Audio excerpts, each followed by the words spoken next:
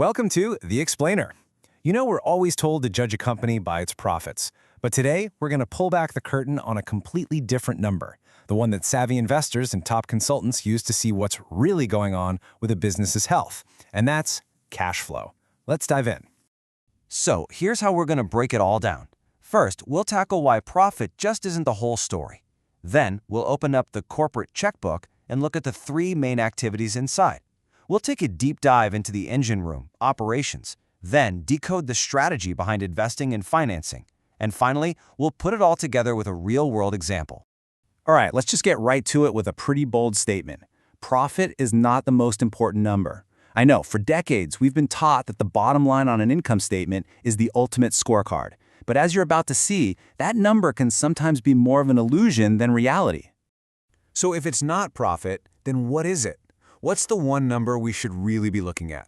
Well, it's not about what a company earned on paper. It's about the actual cold, hard cash it generated. What's really in the bank at the end of the day. See, profit, that's an accounting concept. It can be influenced by all sorts of things, like non-cash expenses or different accounting rules. But cash flow? Oh, that is just brutal reality. It's the actual money, the physical dollars and cents moving in and out of the company. It is its true lifeblood. Let's make this really simple. Think about your own bank account. You could have a signed contract for a new job, making you technically profitable on paper. But if your checking account is empty today, you can't pay your bills. It's that simple. And a business is exactly the same. It can post record profits and still go bankrupt if it runs out of cash. Okay, so how do we keep track of this super important cash? We use something called the Statement of Cash Flows, and I want you to think of it like a company's checkbook register. Top consultants use a principle to organize this called MECE. That's M-E-C-E. It stands for Mutually Exclusive, Collectively Exhaustive. All that really means is that every single dollar that moves through the company fits perfectly into one of three buckets. No overlaps, and nothing gets left out.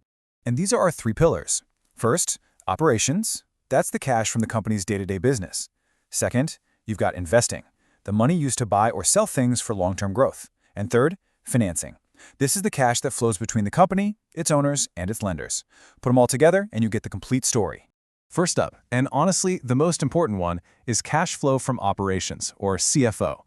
This is the cash a company makes just from doing what it's supposed to do. For a coffee shop, it's the money from selling cappuccinos, minus the cash they paid for coffee beans and to their baristas. It answers the most basic question of all. Does your main business actually make any cash? Next, we have cash flow from investing, or CFI. This part of the statement is kind of like the company's blueprint for the future.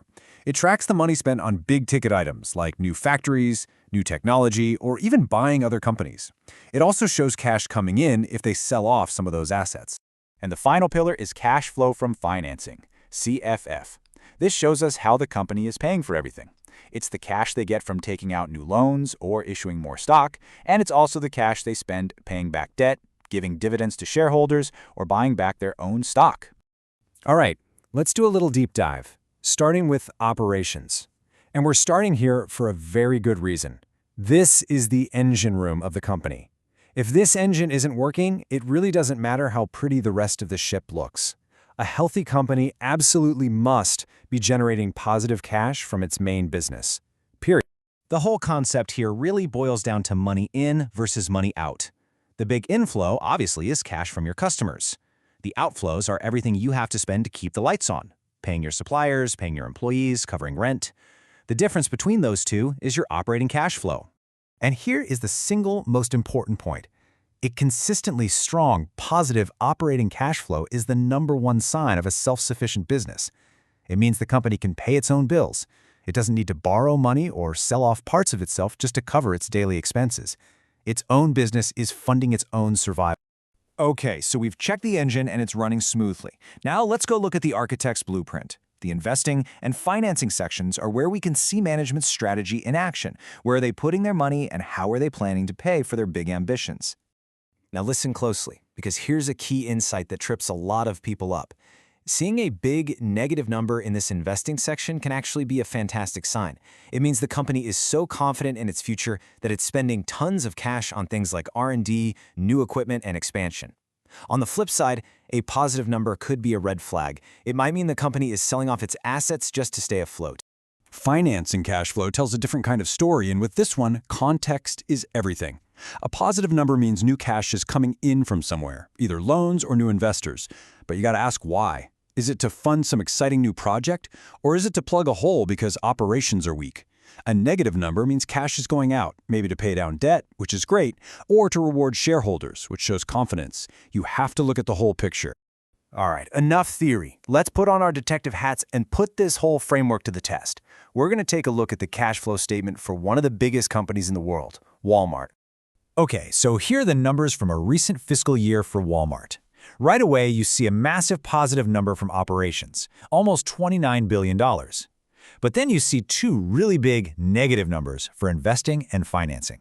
And the final result, way down at the bottom, is a net decrease in cash of almost $400 million. Now, at first glance, losing that much cash might look not so good. Just let that sink in. Nearly $400 million.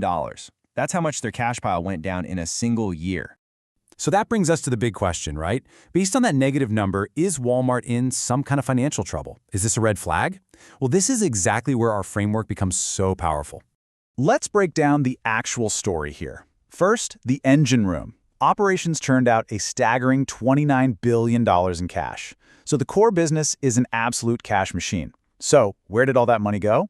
Well, over $21 billion of it was plowed right back into the business. New stores, better technology, and then another $8 billion was used to pay down debt and give money back to its owners. So that negative number at the bottom, it's not a sign of weakness at all. It's the result of a very deliberate strategy to invest in growth and reward shareholders, all paid for by their incredibly strong core business. And that right there is the power of this analysis. We went from a single kind of scary number, negative $400 million, to a rich strategic story. We see a super healthy company using its huge operating cash flow to bet big on its own future. The cash flow statement doesn't just give you a number, it tells you the why behind the number. So I'll just leave you with this thought. A company's profit, well, that tells you the final score of last year's game. It's interesting, sure, but it's in the past. A company's cash flow, on the other hand, tells you if the team is healthy enough to even get on the field for the next game. Now that you know how to read the story it tells, which one are you going to look at first?